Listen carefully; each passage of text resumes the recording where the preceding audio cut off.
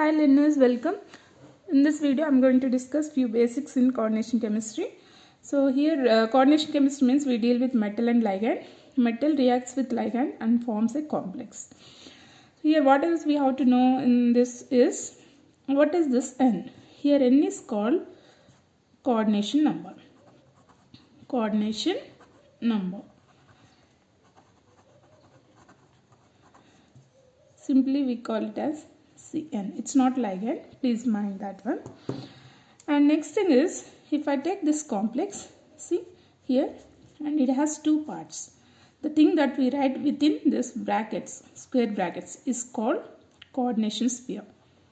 Coordination sphere.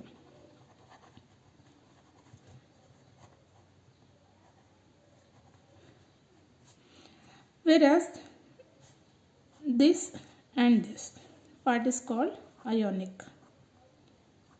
Ionic part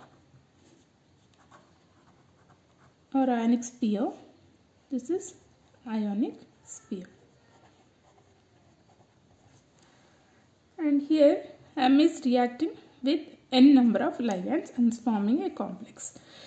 This complex may be of a charged complex or neutral complex with the different types. Okay, next thing is how to find oxidation state of the metal in a complex. How to find the oxidation state.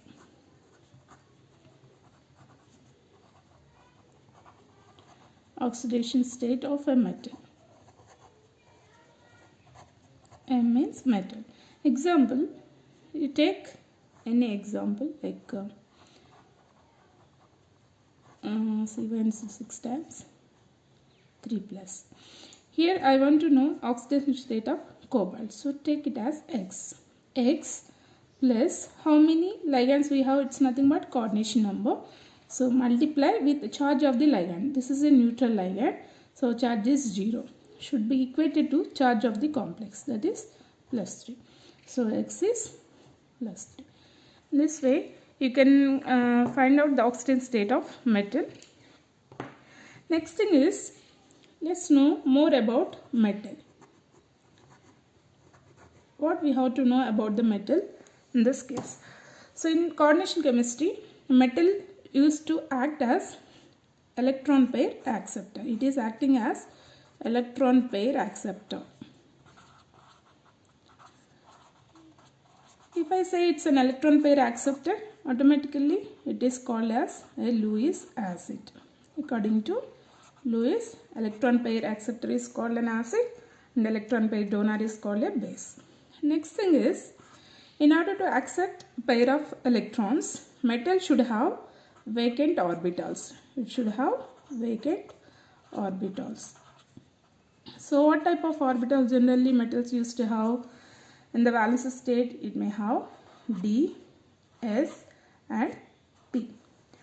So depending on the number of ligands approaching the metal, if it has 4 coordination number, then it should have 4 vacant d orbitals. Example, you take this complex. How many ligands are approaching towards the metal cobalt?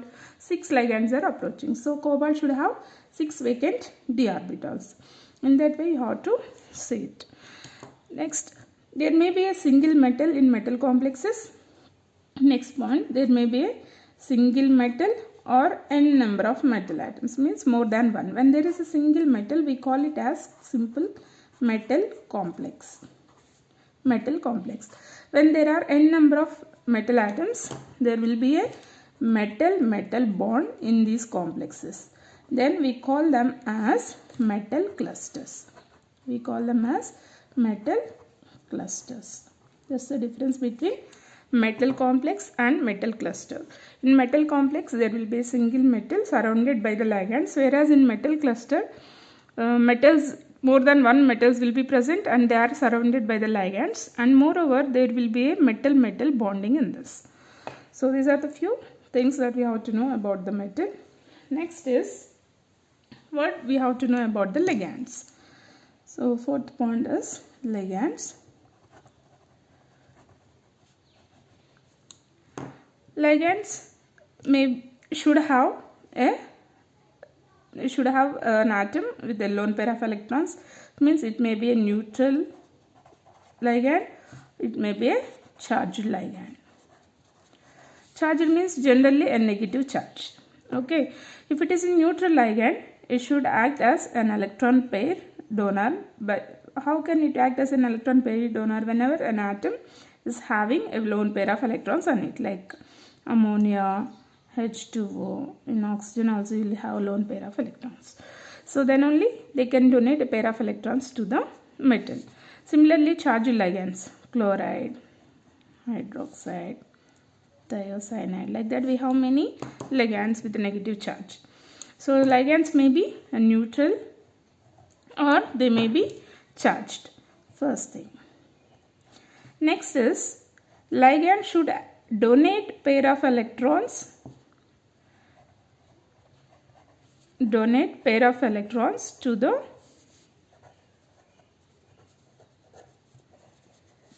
metal atom. So whenever you say it's donating a pair of electrons, according to Lewis, we call it as a Lewis base. So in metal complexes, metal is acting as a Lewis acid and ligand is acting as a Lewis base. Next, if you see, ligands may be monodentate, means having a single donor atom, like your ammonia, only one donor atom is there, like ammonia example. Bidentate, having more than one. How many? Bi means two. So two donor atoms. Example, ethylene diamine. You can see.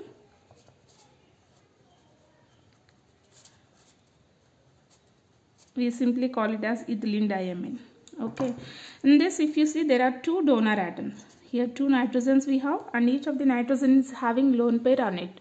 So it can donate pair of electrons to the metal. That's the reason why whenever it binds with the metal, you can see it binds in this way. Then it's called, it forms a cyclic ring with the metal. When it joins with the metal, it is forming a ring. You can see this. So that's why there is by tridentate means it will be having three donor atoms. Tetra, hexa, like that we have many ligands having more than one donor atoms. All these are said to be chelating ligands. Why? Chelating ligands means they form cyclic ring. Chelating ligands, they forms a cyclic ring. Here in this case also I told you metal may be having 0 oxidation state, 1, 2 and so on. The oxidation state of metal may be 0. In metal carbonyls, metal exists in 0 oxidation state. In most of the complexes they shows oxidation state like +1, +2, +3 and so on. Okay, these are the few basics about metal and ligand as well as metal complex. So hope this will be helpful for you to understand this topic. Thank you for watching. Please subscribe.